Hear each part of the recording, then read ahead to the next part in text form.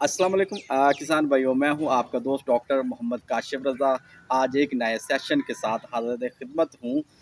आज का जो टॉपिक है वो मेरे किसान भाई के लिए बहुत ही अहम तरीन टॉपिक है। तो आज हम डिस्कस करेंगे हीट स्ट्रोक के बारे में। इसे हीट स्ट्रेस का भी नाम देते हैं और पंजाबी ज़बान में इसे हुल्ला भी बोलते हैं।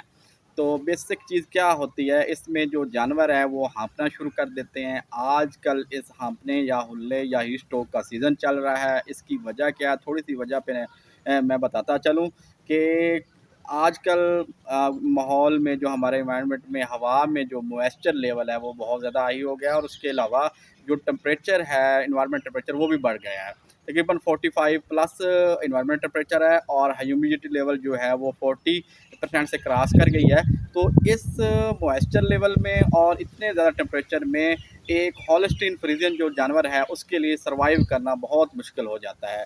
क्योंकि एक जो हॉलस्टीन फ्रीजियन जानवर जिसे हम वलैती गायें भी बोलते हैं, वो नॉर्मली तौर पर -15 डिग्री सेंटीग्रेड से लेकर 25 डिग्री सेंटीग्रेड तक कम्फर्ट रहती है। मतलब जो है कि 25 डिग्री सेंटीग्रेड तक जानवर के लिए कोई मसला नहीं होता। वो 25 डिग्री सेंटीग्रेड तक अपने आप को एडजस्ट कर पाता है, अपने आप को मेंटेन कर पाता है।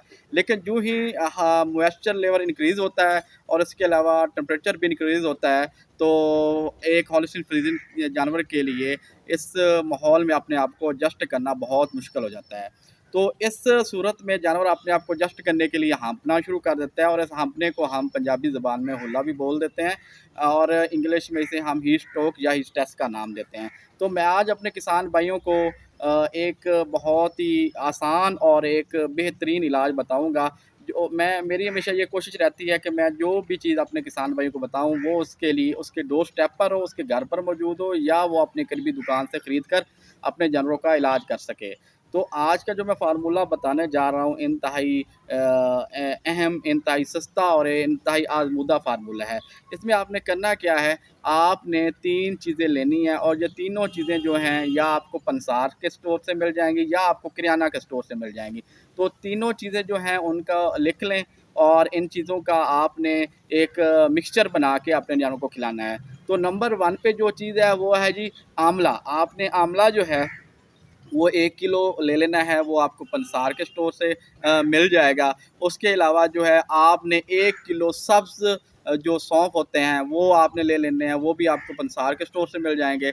और उसके अलावा जो तीसरी चीज़ है वो है जी मिश्री, जिसे हम पंजाबी ज़बान में निसरी भी बोल देते हैं। ये बेसिकली जो चीनी की एक ऊपर वाली फ़ॉर्म है जिसमें उसके दाने बहुत ज़्यादा मोटे होते हैं। ये किसी भी किराना स्टोर से या पंसार के स्टोर से आपको मिल जाएगी।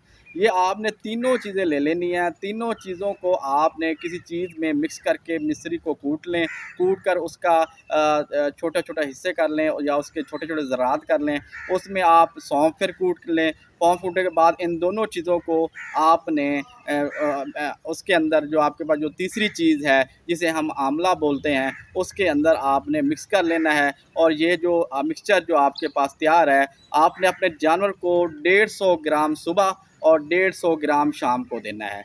ये 1 दिन की डोज़ है जी, 150 ग्राम सुबह और 150 ग्राम शाम को। ये आप रिपीट करें, तकरीबन 10 दिन दें, तो आपको इंशाल्लाह इससे एक बहुत बेहतरीन फ़ायदा मिलेगा और आपका जो जानवर है वो हाँफना कम कर देगा और उसके अलावा वो हीट स्ट्रोक जैसे मसले से ख़ुद को आज़ाद कर पाएगा।